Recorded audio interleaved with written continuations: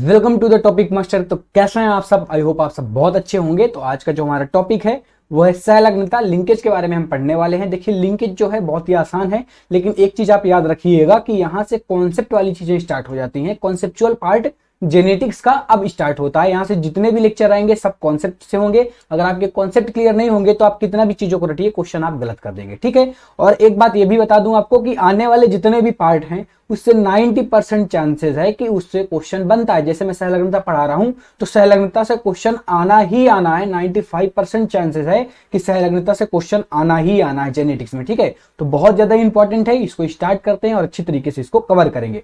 थोड़ा सा concentration level को बढ़ाइए अपने और अच्छी तरीके से चीजों को देखिए। एक बार में ना समझ में आए तो कोई दिक्कत नहीं, 2 बार देखिए, लेकिन अपने कॉन्सेप्ट को क्लियर करिए। रटिए मत, रटने से कुछ नहीं होगा। ठीक है, तो अब देखते हैं हम लिंकेज की हिस्ट्री को, थोड़ा सा इतिहास जान लेते हैं इसका। तो सर्वप्रथम लिंकेज को देखा किसने था? तो 2 साइंटिस्ट थे, वेटसन और पुनेट। इन्होंने सर्वप्रथम लिंकेज को देखा। इन्होंने लिंकेज नाम नहीं दिया, सहलग्नता नाम नहीं दिया, सहलग्नता जैसे कुछ हो सकता है इन्होंने देखा। ठीक है, और किस पर देखा था बच्चा? तो सर्वप्रथम इन्होंने मीठी मटर पर सहलग्नता को देखा था, जिसका नाम होता है लेथाइरस ओडोरेट्स। किस पर देखा था? लेथाइरस ओडोरेट्स पर। ठीक है, अब ये दोनों साइंटिस्ट मिलकर 2 रूल देते हैं, युग्मन और प्रतिकर्षण का। युग्मन क्या होता है, प्रतिकर्षण क्या होता है, इन्होंने युग्मन और प्रतिकर्षण का रूल क्यों दिया, से निकल के आया, ये सारी चीजें मैं आपको क्लियर करवाऊंगा आगे आने वाली स्लाइड पर। ठीक है, अभी के लिए आप क्या देख रहे हैं? अभी हिस्ट्री देख रहे हैं। तो अभी इतना जानिए कि वेटसन और पुनेट थे, इन्होंने लेथाइरस ओडोरोट्स पर अपना प्रयोग किया था, इन्होंने लिंकेज देखा था इस पर और युग्मन और प्रतिकर्षण का रूल दिया। ठीक है, फिर हमारे एक साइंटिस्ट आते हैं मॉर्गन साहब। मॉर्गन को आप जानते होंगे। इन्होंने अपना प्रयोग किस पर किया था? इन्होंने अपना प्रयोग किया था ड्रोसोफिला पर। और सहलग्नता नाम, लिंकेज नाम किसने दिया था? लिंकेज नाम दिया था मॉर्गन ने दिया था। ठीक, अब ये मॉर्गन ने लिंकेज नाम दिया कैसे? जब ये युग्मन और प्रतिकर्षण का रूल आया तो मॉर्गन ने इन दोनों रूलों को देखा और कहा कि यार, इन्होंने ये कहा कि इन दोनों रूलों को अलग अलग पढ़ने की जरूरत नहीं है। अगर हम युग्मन और प्रतिकर्षण को मिला दें तो जो रूल आएगा वो लिंकेज आएगा। और लिंकेज के बारे में इन्होंने बताया, डिटेल में हम चीजें देखेंगे। ठीक है, तो अब हम देखने वाले हैं क्या कि ये देखेंगे कि गुणसूत्रों पर संलग्न जीनों की व्यवस्था कैसे हो सकती है। ये हमारे लिए बहुत ज्यादा इंपॉर्टेंट है। ऐसा कुछ नहीं है जो आपने पढ़ा नहीं है, थोड़ा सा टर्म इसकी नहीं लगेगी, लेकिन पढ़ा हुआ आपका सब है। ठीक है, तो गुणसूत्रों पर संलग्न जीन कैसे कैसे हो सकती हैं? अगर मैं द्विसंकरित पादप की बात करता हूं तो ये 2 तरीकों से हो सकती है। पहला अरेंजमेंट जो आता है वो सिस अरेंजमेंट आता है, दूसरा अरेंजमेंट जो आता है वो है ट्रांस अरेंजमेंट। ये जो अरेंजमेंट है थोड़ा सा अच्छी तरीके से समझिएगा, बहुत ही सिंपल है, बहुत ही जल्दी समझ में आ जाएगा। लेकिन अगर आप नहीं समझेंगे तो आने वाले लेक्चर में आपको बहुत ज्यादा प्रॉब्लम होने वाली है। ठीक है, ये आपको गुणसूत्र दिख रहा होगा। अगर इस गुणसूत्र की बात करता हूं तो इसको मैं एक्स बोल रहा हूं और इसको मैं वाई बोल रहा हूं। ठीक है, अगर आप देखेंगे तो एक्स वाले पर कैपिटल ए और कैपिटल बी है, मतलब ये जो दोनों हैं एक गुणसूत्र पर प्रभावी वाले हैं। क्या प्रभावी वाले जीन हो गए? और अगर इसमें देखेंगे तो स्मॉल ए और स्मॉल बी है, मतलब ये वाले गुणसूत्र पर अप्रभावी वाले जीन है। ठीक है, तो आपको देखने के लिए यहां पर क्या मिला कि एक गुणसूत्र पर प्रभावी वाले और एक गुणसूत्र पर अप्रभावी वाले देखने के लिए मिल रहे हैं। मतलब एक गुणसूत्र पर या तो प्रभावी वाला है या तो अप्रभावी वाला है। ये किस अरेंजमेंट में था? ये सिस अरेंजमेंट में था। अब अगर हम ट्रांस अरेंजमेंट की बच्चा बात करते हैं तो अगर आप देखेंगे, फिर से अगर मैं इसको एक्स और वाई कहूं तो यहां पर आप देखेंगे एक्स वाले पर, तो एक्स वाले पर आपको कैपिटल ए और स्मॉल बी। अब कैपिटल ए तो यहां पर चलो ठीक है प्रभावी वाला हो गया, कोई दिक्कत नहीं, लेकिन कैपिटल बी क्या है? कैपिटल बी अप्रभावी है। और ये जो प्रभावी और अप्रभावी है बच्चा, वो एक ही गुणसूत्र पर देखने के लिए मिल रहे हैं। मतलब जब एक गुणसूत्र पर प्रभावी और अप्रभावी कारक मतलब जीन उपस्थित होते हैं तो ये कौन सा अरेंजमेंट कहलाता है? ये ट्रांस अरेंजमेंट कहलाता है। आई होप यहां तक की चीजें क्लियर हुई होंगी, बहुत ही बेहतरीन तरीके से समझ में आएगा। एक एक कॉन्सेप्ट आपको क्लियर करते चलूंगा, लेकिन बस थोड़ा सा आपका दायित्व ये बनता है कि आप चीजों को समझने की कोशिश करिए, कंसंट्रेशन लेवल बढ़ाए रहिए और मेरी कही हुई बातों को ध्यान से समझिए और सुनिए। ठीक है, तो अब देखिए यहां पर एक रूल जो हमने युग्मन और प्रतिकर्षण अभी देखा था, जिसे वेटसन और पुनेट ने दिया था, वो कैसे आया? तो देखिए ये प्रयोग कर रहे थे, किस पर कर रहे थे? मीठी मटर पर कर रहे थे। इन्होंने मीठी मटर के 2 लक्षण लिए, एक तो पुष्प का रंग लिया, दूसरा पराग कणों की आकृति ली। पुष्प के रंग में इन्होंने कौन सा कलर लिया? ब्लू कलर लिया और रेड कलर लिया। ब्लू को हम कैपिटल बी जो कि प्रभावी है, जैसा कि आपको पता है जो कैपिटल लेटर से होते हैं वो प्रभावी वाले होते हैं और जो स्मॉल लेटर से होते हैं वो अप्रभावी वाले होते हैं। ठीक है, यहां तक की चीजें क्लियर हुई। अब देखिए लॉन्ग वाले की बात आती है, तो ये लॉन्ग और राउंड क्या थे? लॉन्ग और राउंड थे पराग कणों का आकार। लॉन्ग वाला क्या था? लॉन्ग वाला प्रभावी था और राउंड वाला क्या था? राउंड वाला अप्रभावी था। इन्होंने इनका क्या कराया, आपस में क्रॉस कराया। तो जब इन्होंने क्रॉस कराया तो इन्हें F1 पीढ़ी जो मिली वो ब्लू और लॉन्ग वाली ही मिली, ठीक है। ये इनकी क्या आ गई, ये इनकी F1 पीढ़ी आ गई। चलो ठीक है, कोई बात नहीं, ये F1 पीढ़ी आ गई। अब इन्होंने क्या किया, F1 पीढ़ी जो आई ना उसका इन्होंने टेस्ट क्रॉस कराया। अब टेस्ट क्रॉस भैया कैसे कराते हैं वो मैंने आपको सिखा रखा है, बहुत ही बेहतरीन तरीके से बताया था। अभी के लिए इतना जानिए आप, टेस्ट क्रॉस जब भी हम कराते हैं तो अप्रभावी पैतृक लेते हैं। यहां पर मैंने क्या लिया, यहां पर मैंने अप्रभावी पैतृक लिया, ठीक है। ये मैंने क्या लिया, अप्रभावी पैतृक लिया। और इसका क्रॉस किसके साथ करा दिया, F1 पीढ़ी के साथ करा दिया। तो इसका क्रॉस कराने के लिए पहले तो आपको F1 पीढ़ी के युग्मक बनाने पड़ेंगे। 4 तरीके के युग्मक बनेंगे। अब युग्मक कैसे बनते हैं सर, तो देखिए युग्मक बनाना भी सीख चुके हैं यार। अभी छोटी छोटी चीजें अगर अभी तक नहीं आती तो पिछले लेक्चर पहले आप देखिए, फिर इसके बाद यहाँ पे आइए, क्योंकि आगे प्रॉब्लम आने वाली है। चीजें एक दूसरे से रिलेटेड वे पर हम पढ़ रहे हैं, ठीक है। इसलिए तो हमें चीजें समझ में आ रही हैं, ठीक। तो थोड़ा बहुत तो जानकारी आपको रहना ही चाहिए। अगर इसके युग्मक की बात करूं तो इसका खाली और खाली एक ही युग्मक बनेगा, क्योंकि आपको पता है कि जब समयुग्मकी की बात होती है तो वहां पर एक युग्मक बनता है। इसके 4 युग्मक ये रहे और इसका एक युग्मक ये रहा। अब आपको क्या बनाना है, अब आपको बनाना है चेकर बोर्ड। चेकर बोर्ड जब बनाते हैं तो हम इससे क्या निकालते हैं, संतति निकालते हैं। तो ये 1 नंबर जिसको मैं दे रहा हूं, 1 नंबर का क्रॉस पहले आप इसके साथ करा देंगे, फिर इसके साथ करा देंगे, फिर इसके साथ करा देंगे और फिर इसके साथ करा देंगे। क्रॉस कैसे कराते हैं सब मैंने बहुत ही अच्छी तरीके से समझा रखा है। अगर आप मेरे प्लेलिस्ट पर जाएंगे, जेनेटिक्स देखेंगे तो वहां पर चेकर बोर्ड कैसे फिल करते हैं, बनाते हैं, सब मैंने सिखा रखा है, ठीक है। तो कैसे करेंगे, पहले जब आप इसका क्रॉस कराएंगे तो यहाँ पर capital B, small B, capital L, small L, यहाँ पर capital B, small L, small L, और यहाँ पर small B, capital L, small L, और यहाँ पर स्मॉल बी, स्मॉल एल और स्मॉल एल, ठीक है। तो ये हो गई संतति फिल। मतलब अब हमने क्या देखा कि हमें 4 तरीके की संतान प्राप्त हुई, जिसका रेशियो वेटसन और पुनेट ने क्या बताया, 7:1:1:7। अभी तक की कही हुई बातों में एक ही चीज इंपॉर्टेंट है कि जो सिस अरेंजमेंट जो इन्होंने करवाया था, मतलब वेटसन और पुनेट ने जो सिस अरेंजमेंट का इनका रेशियो आया था वो 7:1:1:7 आया था। अब ट्रांस अरेंजमेंट में भी ठीक वैसा ही होगा, लेकिन आपको पता है कि ट्रांस वाले पर एक ही गुणसूत्र पर प्रभावी और अप्रभावी दोनों उपस्थित होते हैं। तो अगर आप देखेंगे तो ये वाला तो प्रभावी है, लेकिन ये वाला क्या है, ये वाला अप्रभावी है। इसी तरह ये तो अप्रभावी है और ये वाला क्या है, ये वाला प्रभावी है। तो अगर आप देखेंगे तो एक ही पर दोनों जीन उपस्थित है, ठीक है। जब इनका क्रॉस हुआ तो संतति वही प्राप्त हुई जो कि सिस वाले पर प्राप्त हुई थी। सेम संतति आई, क्या आई, सेम संतति हमें प्राप्त हुई, ठीक है। फिर इन्होंने इसका कराया टेस्ट क्रॉस। टेस्ट क्रॉस के लिए आपको पता है कि अप्रभावी कारक लेना है। जब इन्होंने टेस्ट क्रॉस कराया तो सेम एज सब कुछ वैसा ही होगा जैसा सिस अरेंजमेंट में हुआ था। अब इसका चेकर बोर्ड कैसे बनाएंगे, तो इसका चेकर बोर्ड आपको बनाना है सेम एज ऐसा ही आपको कॉपी कर देना है। कॉपी पेस्ट करिएगा, बिल्कुल जैसा इसमें है वैसा इसमें हो जाएगा, बिल्कुल वैसे ही संतति आएंगे, ठीक है। तो अब बात ये आती है इसका रेशियो क्या आया था भैया, तो रेशियो ही तो इसका दूसरा आया था सिस अरेंजमेंट से ट्रांस अरेंजमेंट का, ठीक है। इसीलिए तो हम दोनों अरेंजमेंट को अलग अलग पढ़ने लगे, ठीक। अगर आप यहां पर देखेंगे तो जो इसको रेशियो आया वो 1:7:7:1 आया, जस्ट इसका अपोजिट, ठीक है। अब देखिए दोनों के रेशियो अलग अलग हैं, तो दोनों को हमें क्या पढ़ना है, रेशियो क्यों अलग आए और इनसे रूल कैसे आगे निकले वो हम देखेंगे। तो अगर मैं सिस अरेंजमेंट की बात करता हूं तो अभी तक आपने देखा जब हमने चेकर बोर्ड बनाया था तो हमें यहाँ पर 4 तरीके की संतान प्राप्त हुई थी और जो रेशियो आया था वो 7:1:1:7 आया था। अगर मैं एक और एक जो पादप की बात करूं, इन पादपों की बात करूं तो ये पुनःसंयोजी हैं। पुनःसंयोजी का मतलब ये क्या है, न्यू प्लांट है, ठीक है। ये क्या है, न्यू प्लांट है। अगर मैं इनकी बात करता हूं, ये जो 7 और ये वाला 7 हो गया और ये वाला 7 हो गया, तो ये क्या है, ये पैतृक संयोग है, ठीक अपने पैतृक की तरह है। और जो सिस अरेंजमेंट का जो रिजल्ट आया वो ये निकल के आया कि जब 2 प्रभावी जीन एक ही पैतृक से F1 पीढ़ी पर आता है तो वो साथ साथ रहने की कोशिश करते हैं। इस प्रकार के नियम को हम बोलते हैं युग्मन बोलते हैं। और इसको किसने बताया था, इसको वेटसन और पुनेट ने बताया था। अब एक बार रिजल्ट तो मैंने पढ़ लिया, आपको समझा भी दिया, लेकिन एक बार फिर से समझिएगा इन चीजों को। सामने आपको क्रॉस दिख रहा होगा, ये कौन सा क्रॉस है, ये कौन सा क्रॉस है बच्चा, सिस वाला क्रॉस है।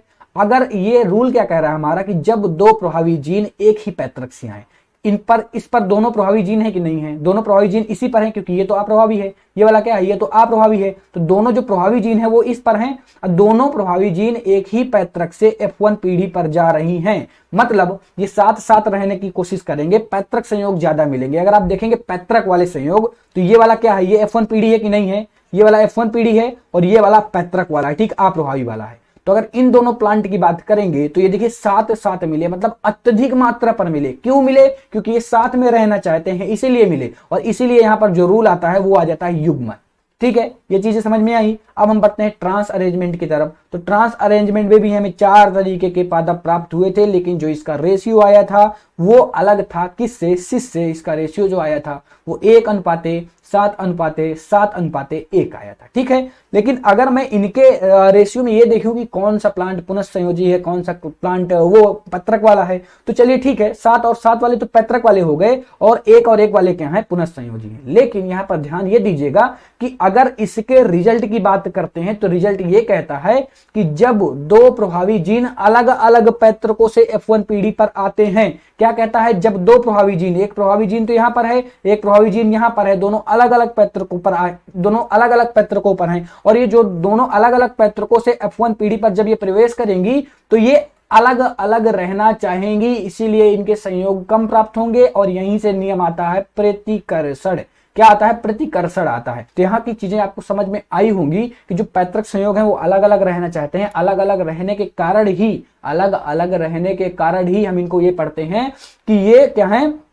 प्रतिकर्षण है। ये प्रतिकर्षण का रूल है। आई होप ये चीजें आपको क्लियर हो गई होंगी। ठीक है, अब हम बढ़ते हैं आगे और देखते हैं, जैसा कि आपको पता है कि सहलग्नता नाम सर्वप्रथम किसने दिया था?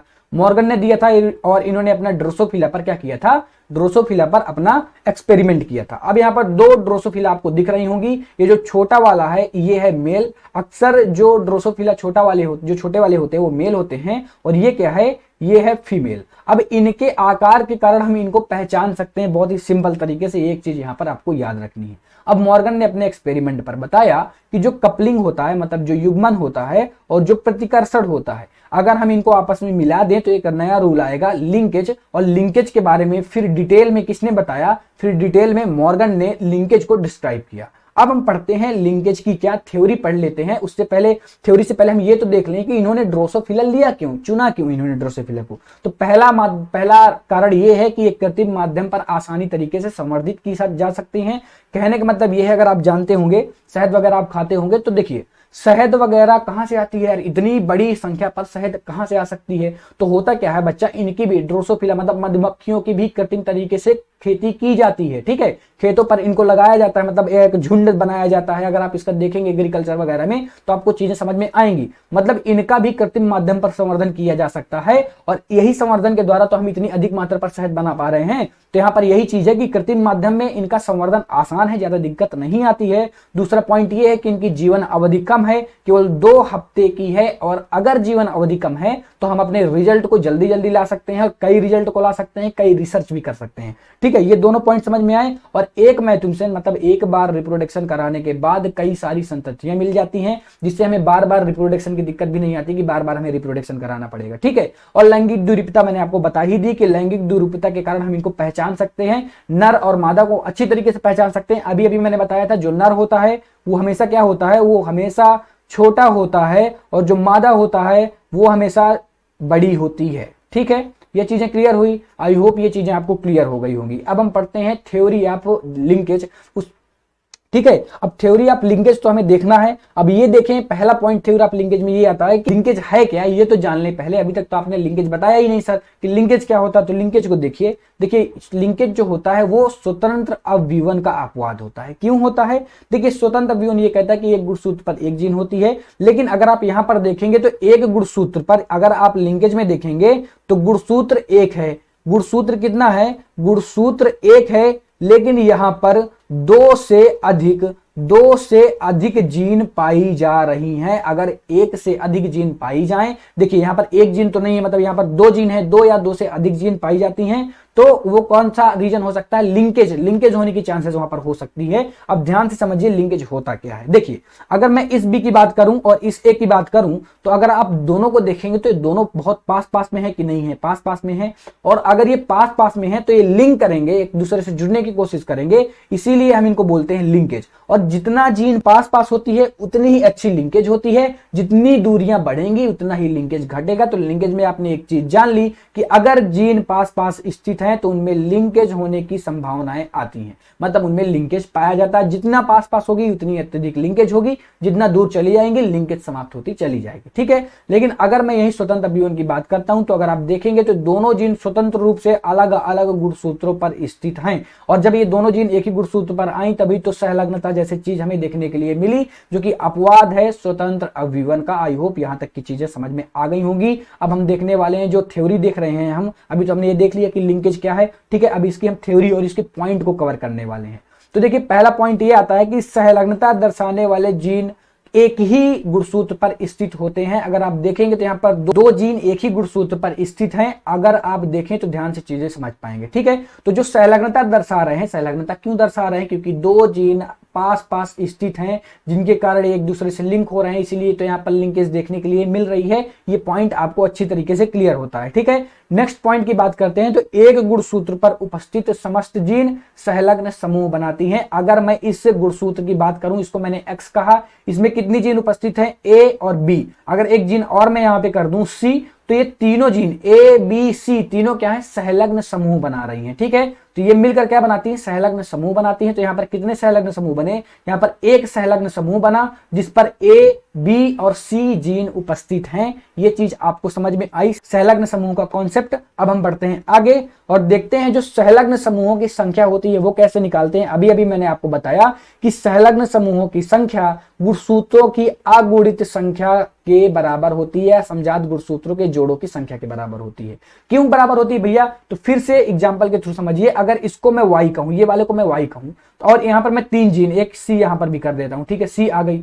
तो अगर मैं ये पूछूं कि जीन कितनी है तो आपको जीन तीन देखने के लिए मिल जाएंगी, ए बी और सी, ठीक है। लेकिन अगर मैं ये बोलूं सहलग्न समूह कितने हैं, तो मैंने क्या बताया सहलग्न समूह की डिफिनेशन की एक गुणसूत्र पर उपस्थित समस्त जीन सहलग्न समूह बनाते हैं। मतलब कितने सहलग्न समूह यहां पर बनेंगे, केवल एक सहलग्न समूह बनेगा। केवल एक सहलग्न समूह बच्चा क्यों बनेगा, क्योंकि एक गुणसूत्र पर जितनी भी जीनें उपस्थित होंगी वो एक सहलग्न समूह पर आ जाएंगी। और मैं ये पूछूं कि ये जो एक सहलग्न समूह है इस पर कितनी जीनें हैं, तो इस पर तीन जीनें हैं, ए बी और सी, ठीक है। अब एग्जाम्पल समझिए, अगर मैं मटर की बात करता हूं, ठीक है, ये एनसीईआरटी का डायग्राम है। ये किसका डायग्राम है, ये एनसीईआरटी का डायग्राम है, जो कि इंपॉर्टेंट है। इस पर दी हुई हर एक चीज इंपॉर्टेंट है, समझिएगा। अगर मैं मटर की बात करता हूं तो मटर पर कितने गुणसूत्र होते हैं, 14 गुणसूत्र होते हैं, ठीक है।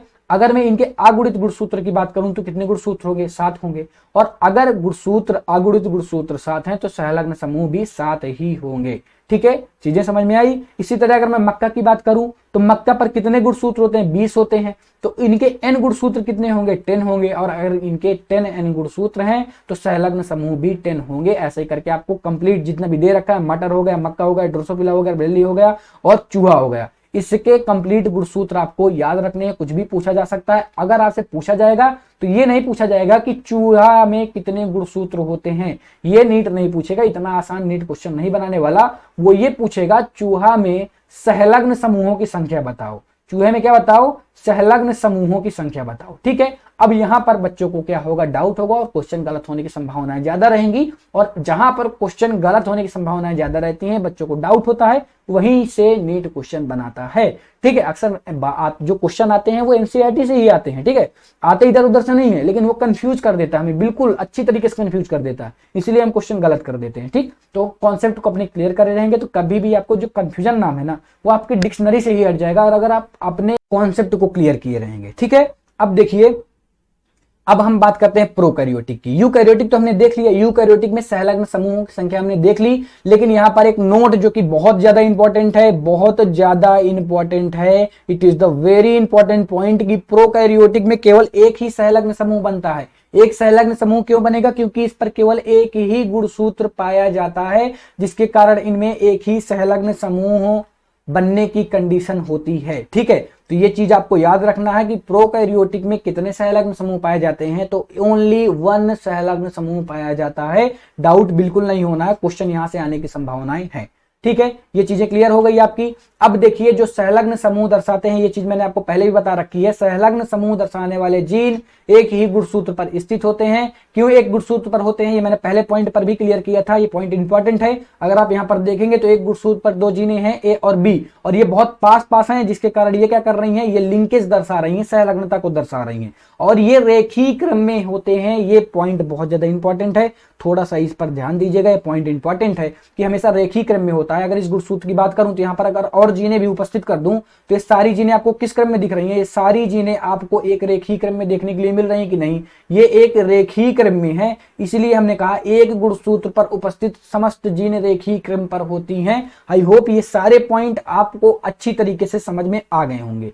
अब बात आती है सहलग्नता के टाइप्स की। तो देखिए एक डायग्राम आपको सामने दिख रहा होगा, ये एनसीईआरटी का डायग्राम है, ये एनसीईआरटी का डायग्राम है, और 95% स्टूडेंट, मेरा दावा है ये कि 95% जो स्टूडेंट होते हैं वो इस डायग्राम को नहीं समझते हैं। उसका रीजन ये है कि एनसीईआरटी पर इसका कोई एक्सप्लेनेशन नहीं दिया हुआ है। ठीक है, अगर आप एनसीईआरटी पढ़ेंगे तो केवल डायग्राम देकर छोड़ दिया हुआ है, और इन्हीं डायग्राम से सहलग्नता के जो प्रकार होते हैं, जो सहलग्नता के टाइप्स होते हैं, वो निकल के आते हैं। ठीक है, अगर आप इस डायग्राम को समझते हैं तो टाइप्स समझने में और आगे की चीजें समझने में बहुत ज्यादा सिंपल हो जाता है। और एक चीज और मैं यहाँ पर क्लियर करना चाहता हूं कि अगर आप प्रीवियस ईयर क्वेश्चन का एनालाइज करेंगे तो नीट ने इससे कई दफा क्वेश्चन पूछे हैं, कई बार क्वेश्चन इस डायग्राम से आए हुए हैं। क्यों आए हुए हैं, क्योंकि एनसीईआरटी पर दिया हुआ है और इसका एक्सप्लेनेशन नहीं है तो बच्चे फंसेंगे, कंफ्यूजन होगा उनको। ठीक है, तो इस डायग्राम को हम पढ़ने वाले हैं नेक्स्ट लेक्चर पर, पूरा डायग्राम अच्छी तरीके से देखेंगे। जब हम इस डायग्राम को समझेंगे, और ये डायग्राम है क्या, ये मॉर्गन का जो एक्सपेरिमेंट था वो क्या था।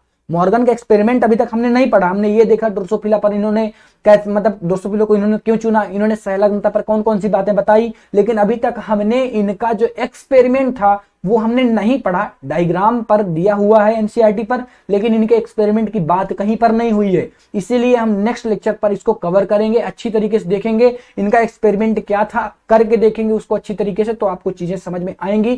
कंप्लीट ये डायग्राम मैं आपको समझा दूंगा, और अगर आपने ये डायग्राम को समझ लिया तो सहलग्नता के प्रकार और आने वाले टॉपिक में कोई भी प्रॉब्लम नहीं होगी। ये समझना हमारे लिए बहुत ज्यादा इंपॉर्टेंट है, 95% बच्चे नहीं समझते हैं। तो मिलता हूं आपसे मैं नेक्स्ट लेक्चर पर। Thank you so much for watching, tata bye bye.